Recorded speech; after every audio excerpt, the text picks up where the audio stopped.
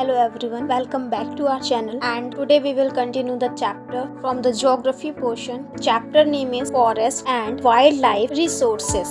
Means हमारे जो natural resources हैं जो हमें नेचर से मिलते हैं जैसे फॉरेस्ट और वाइल्ड लाइफ यानी कि वनों में या जंगलों में रहने वाले जो जानवर वनस्पति या पेड़ पौधे हैं उनकी लाइफ स्टाइल कैसे वो सरवाइव करते हैं, क्या क्या डिफरेंट फीचर्स उनमें होते हैं, इन सब के बारे में हम इस चैप्टर में डिस्कस करेंगे।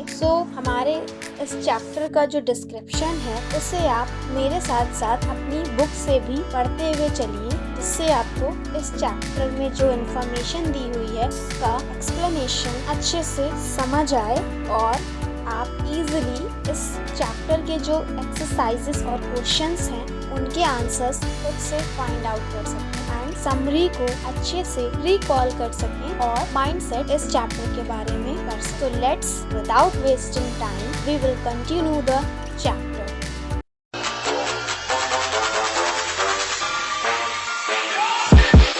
यहाँ पे मैं आपको इस चैप्टर में लाइन बाय लाइन हर एक पैराग्राफ को समझाते हुए चलूँगी with the explanation and some examples.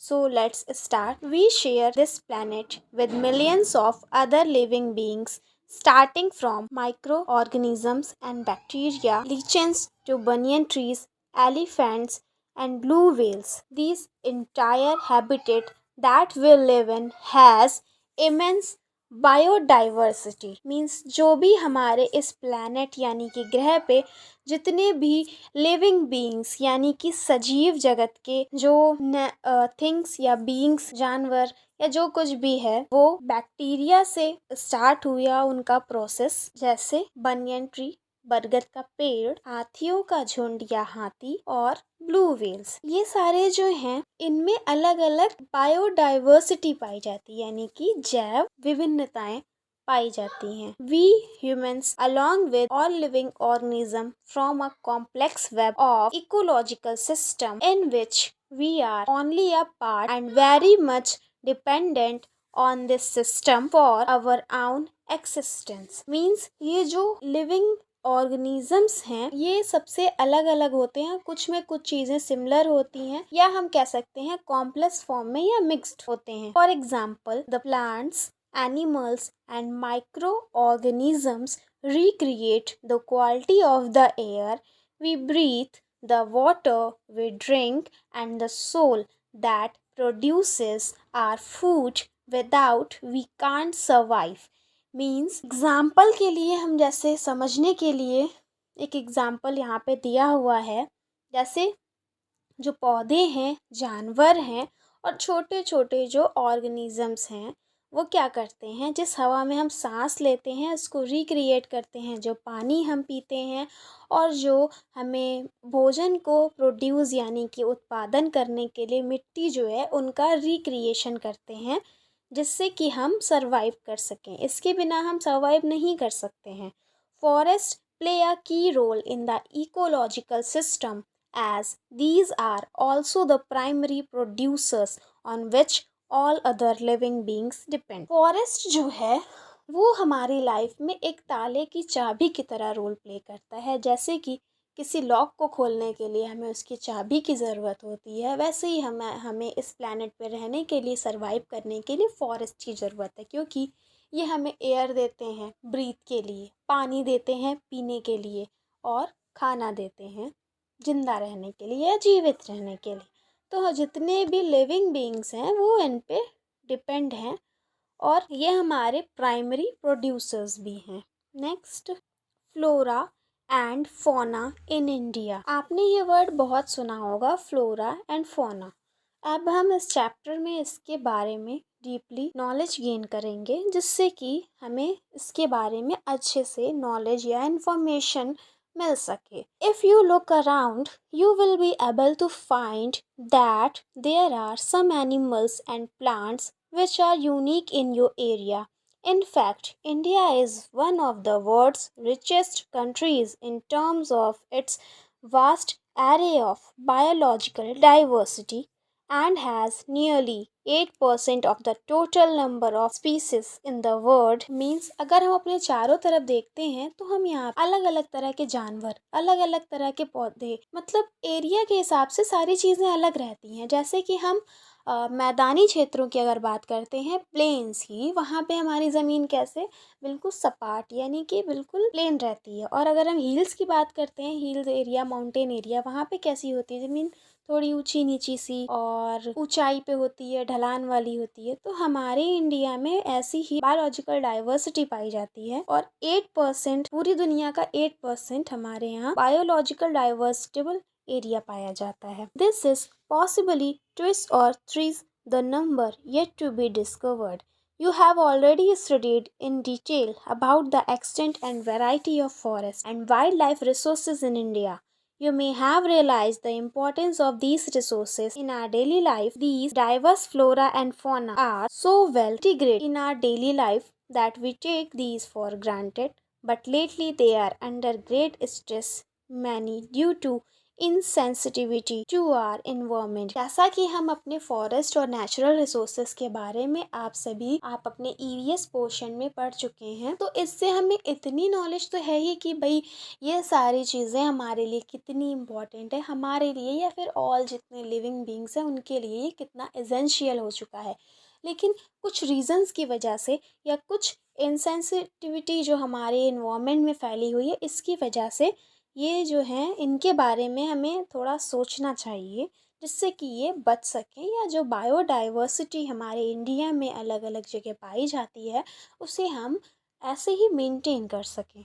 Some estimates suggest that at least 10% of India's recorded wild flora and 20% of its mammals are on the threatened list. Many of these would now be categorized as critical, that is, on the verge of extinction, like the cheetah, pink-headed duck, mountain quail, forest spotted white, and plants like maduka insect. Means 10% जो wild flora है वो हमारे उसके ऊपर हमें stress करने की ज़रूरत है, क्योंकि कुछ जो हमारे यहाँ लिविंग एनिमल्स या प्लैनेट्स पाए जाते हैं जैसे कि चीता, pink headed duck, mountain quail, forest spotted owlet and plants like Madhuca, ये सारे क्या हैं धीरे धीरे ख़त्म होने की तरफ बढ़ रहे हैं। मीन्स बहुत कम पाए जा रहे हैं और कहीं कहीं पे, तो इनके बारे में हमें स्ट्रेस करने की बहुत ज़्यादा ही ज़रूरत है. Normal species whose population levels are considered to be normal for their survival such as cattle, seal, pine, rodents, etc. Means कुछ जो हैं जिनकी पॉपुलेशन थोड़ी ज़्यादा है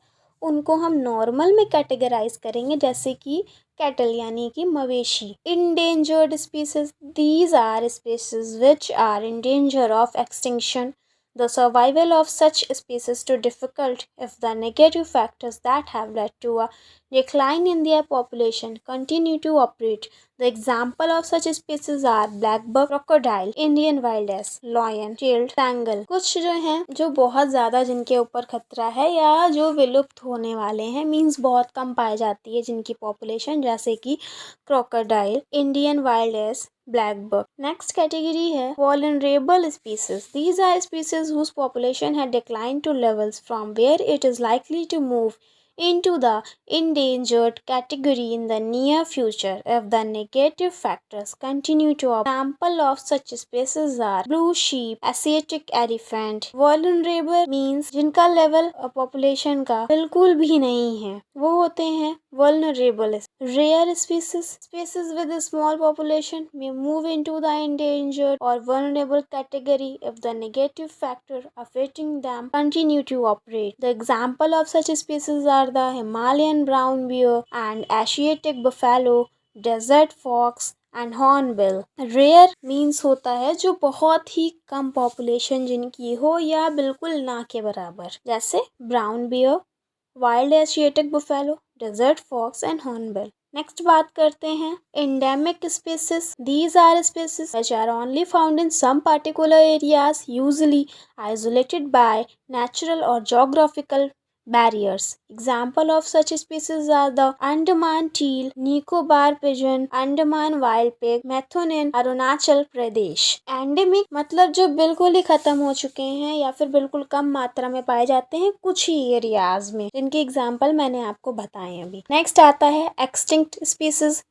These are the species which are not found after searches of known or likely areas where they may occur. A species may be extinct from a local area, region, country, continent, on the entire earth. Example of such species are the Asiatic cheetah, pink-head duck. Means कुछ जो एक बड़ी सी area यानी कि जैसे कि एक continent में किसी एक कॉन्टिनेंट में एक दो पाए जाएं, वो होते हैं हमारे एक्सटिंक्ट स्पीसीज, जैसे कि pink head duck, Asiatic cheetah. यहाँ पे कुछ पिक्चर्स दी हुई हैं जो बहुत रेयरली पाए जाते हैं उनकी। यहाँ पे कुछ एनिमल्स के बारे में दिया हुआ है जो कि गायब होने की ओर अग्रसर हैं या फिर जो बहुत कम पाए जा रहे हैं, जिनकी पॉपुलेशन बहुत ही कम है, रेयरली दिखते हैं। इनके बारे में तो आप इसे पढ़िए। नेक्स्ट हम बात करेंगे इनकी जो मात्रा घटती जा रही है या संख्या घटती जा रही है, उनके कुछ रीजंस यहाँ दिए हुए हैं, इनके बारे में बात। Habitat destruction, hunting, poaching, over exploitation, environmental pollution, poisoning, and forest fires are the factors which have led to the decline in India's biodiversity. जो इंडिया की बायोडाइवर्सिटी है उसको कम करने के ये फैक्टर्स दिए हुए हैं। Other important causes of environmental destruction and unequal access, inequitable consumption of resources and differential sharing of responsibility for environmental well-being. Overpopulation in third world countries is often called as the cause of environmental degradation. जो हमारी पर्यावरण का स्तर गिरता जा रहा है या फिर कुछ जो रेयरली हमारे यहाँ जानवर पाए जाते हैं उनका रेयरली मिलना या बिल्कुल गायब हो जाना, ये सारा इसमें कुछ ना कुछ रीज़न हमारी पॉपुलेशन भी है, क्योंकि हमारा इंडिया जो है वो सेकंड नंबर पे पॉपुलेटेड कंट्री है, मोस्ट पॉपुलेटेड सेकंड नंबर पे, and may be it stands up in first rank in some year. So we have also focus on it as a reason of biodiversity. However, an average American consumes 40 times more resources than an average Somalian. Similarly, the richest 5% of Indian society probably cause more ecological damage because of the amount they consume than the poorest 25%. The former shares minimum responsibilities for environmental well-being. The question is, who is consuming what, from where, and how much? In many societies, women bear the major responsibility of collection of fuel, fodder, water, and other basic subsistence needs as these resources are depleted. Means जो हमारी society है वो भी कुछ हद तक कारण बनती है बायोडाइवर्सिटी की हमारे इंडिया में कम होने का, या जो हमारे रेयरली पाए जाने वाले, जो हमारे यहाँ कॉमनली दिखे जाते थे कुछ लिविंग थिंग्स, वो अब रेयरली मिल रहे हैं। These cause serious health problems for women as these resources are depleted. The drudgery of women increases and sometimes they have to walk for more than 10 kilometers to collect these resources. Means कई कई जगह जहाँ पे fuel नहीं मिलता है, fuel के collection के लिए या पानी के लिए, ये इन सारी नीड्स को फुलफ़िल करने की रिस्पॉन्सिबिलिटी वुमेन की होती है, जिस वजह से उन्हें 10 से ज़्यादा किलोमीटर इन रिसोर्सेज को कलेक्ट करने के लिए पैदल जाना पड़ता है, और ये जो है सीरियस हेल्थ प्रॉब्लम्स भी क्रिएट करती है वुमेन्स के लिए और बच्चों के लिए। The indirect impact of degradation such as severe drought or deforestation includes floods etc. also hits the poor the hardest. Poverty in these cases is a direct outcome of environmental destruction. Therefore, forests and wildlife are vital of the quality of life and environment in the subcontinent is the imperative to adapt to sound forest and wildlife conservation. Strategies means हमें कुछ ऐसे actions लेने पड़ेंगे जिससे कि कुछ जो natural जो हमारे यहाँ चीज़ें होती हैं जैसे कि बाढ़ का आना, भूकंप आना, सूखा पड़ना या फिर डिफॉरेस्टेशन मीन्स वनों का नष्ट होना, ये सारी जो प्रॉब्लम्स हैं वो कम की जा सकें उसके लिए हमें वाइल्ड लाइफ कंजर्वेशन यानी कि वन्य जीवन को संरक्षित करना पड़ेगा। नेक्स्ट हेडिंग है conservation of forest and wild life in India. Conservation in the background of rapid decline in wildlife population and forestry has become essential. But why do we need to conserve our forest and wildlife? Conservation preserves the ecological diversity and our life support systems, water, air and soil means अगर हम जंगलों को और जंगली जीवन को हम संरक्षित करते हैं अपने भारत में तो हमारी जो बेसिक नीड्स या सपोर्टिव सिस्टम है हमारी लाइफ के जैसे कि वाटर, एयर और सोल, इनको हम अच्छे से रीयूज कर सकते हैं और इनकी हमें कोई भी कभी कमी ना हो। Also preserve the genetic diversity of plants and animals for better growth of species and breeding. For example in agriculture we are still dependent on traditional crop varieties. Fisheries too are heavily dependent on the maintenance of aquatic biodiversity. Example के लिए जो हमारी agriculture यानी कि कृषि है उसके लिए भी हम जो हमारे ट्रेडिशनल जिस पे हम डिपेंड थे खेती करने के तरीके वो अभी भी हैं। मछली पकड़ने के लिए यानी कि मत्स्य पालन से हम फिशरीज बोलते हैं इंग्लिश में, इसके लिए भी हम एक्वेटिक बायोडाइवर्सिटी को भी हमें मेंटेन करना पड़ेगा। In the 1960s and 1970s conservationists demanded a national wildlife protection program. The Indian Wildlife Protection Act was implemented in 1972 with various provisions for protecting habitats. Means conservation के लिए या फिर wild life को नष्ट होने या फिर किसी भी प्रॉब्लम से बचाने के लिए हमारे यहाँ एक एक्ट निकाला गया the Indian wild life protection act 1972 में जिससे कि हैबिटेट्स को प्रोटेक्ट किया जा सके। All India list of protected species were also published. The thrust of the program was towards protecting the remaining population of certain endangered species by banning hunting, giving legal protection to their habitats and restricting trade in wild life.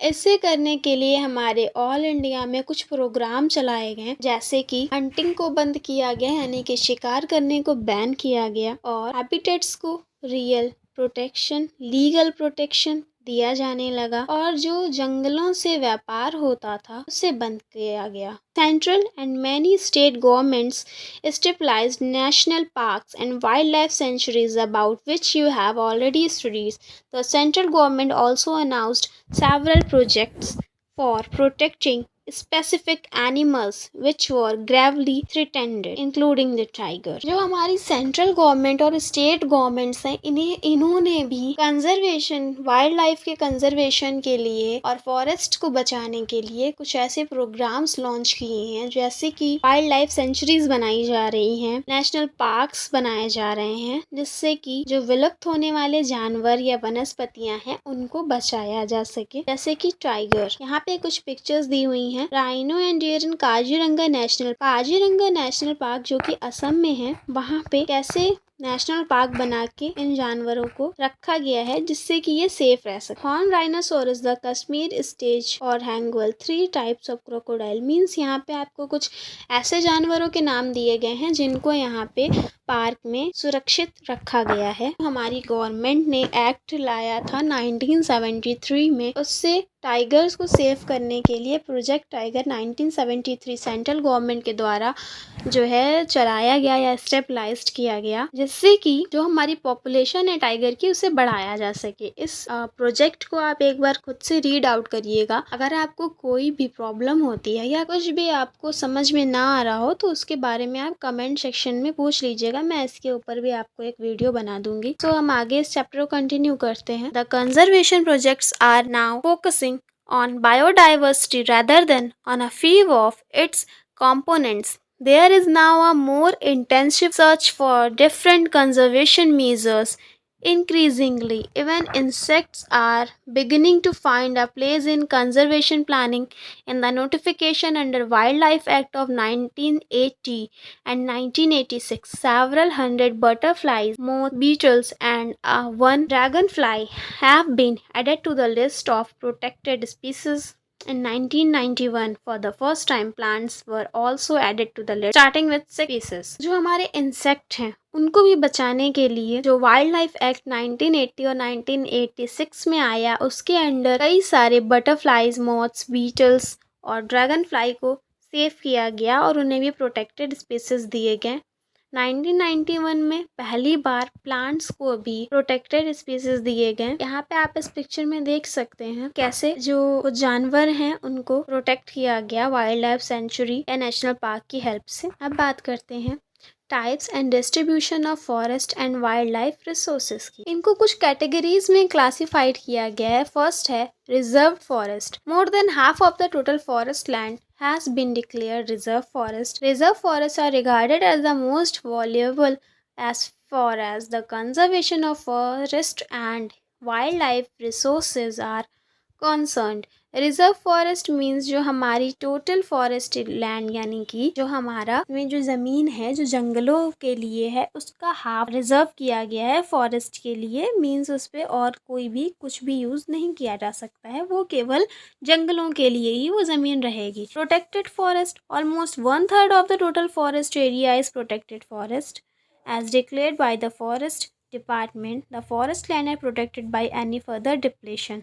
Protected forest जो है 1/3 part total forest area का, इसे protected forest announce किया गया। अनक्लास्ड forest, ये जैसे कि जो हमारे वेस्ट लैंड यानी कि जो खाली ज़मीनें पड़ी रहती हैं गवर्नमेंट के अंडर में या प्राइवेट इंडिविजुअल या कम्युनिटीज़ के अंडर में, उसे बोलते हैं अनक्लास्ड फॉरेस्ट। यहाँ पे कुछ रेशियो दिया गया है जो प्रोटेक्टेड और रिजर्व फॉरेस्ट का अदर अलग अलग स्टेट्स में। 75% टोटल एरिया जो है हमारा परमानेंट फॉरेस्ट कहाँ पे पाया जाता है, कौन कौन से स्टेट्स में?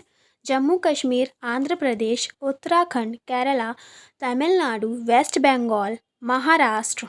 यहाँ पे सबसे ज़्यादा रिजर्व फॉरेस्ट पाया जाता है टोटल फॉरेस्ट का।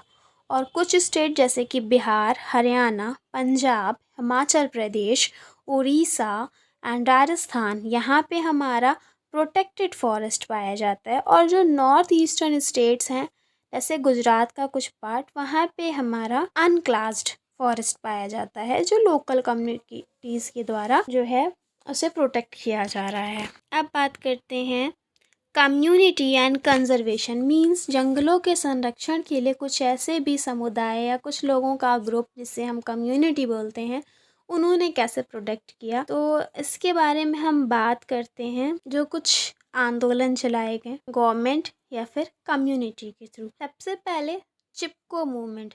चिपको मूवमेंट जो है वो हिमालय में सक्सेसफुली रेसिस्टेड किया गया डिफॉरेस्टेशन के लिए। और कुछ जैसे फार्मर्स ने कुछ आंदोलन किए या मूवमेंट्स चलाए जैसे कि बीज बचाओ आंदोलन, टेहरी में जो टेहरी हमारा बांध बना हुआ है उसके लिए, नवधन्या एंड ऐसे ही कुछ जो फॉर्मेशन किए गए उनको दिया हुआ है, इसे आप रीड आउट कीजिए। नेक्स्ट अब आप इस चैप्टर की एक्सरसाइज है से आप आई होप सो जो हमने आपको यहाँ पे एक्सप्लेनेशन दिया है चैप्टर का, उससे आपके सारे एक्सरसाइजेस सॉल्व हो जाएंगी।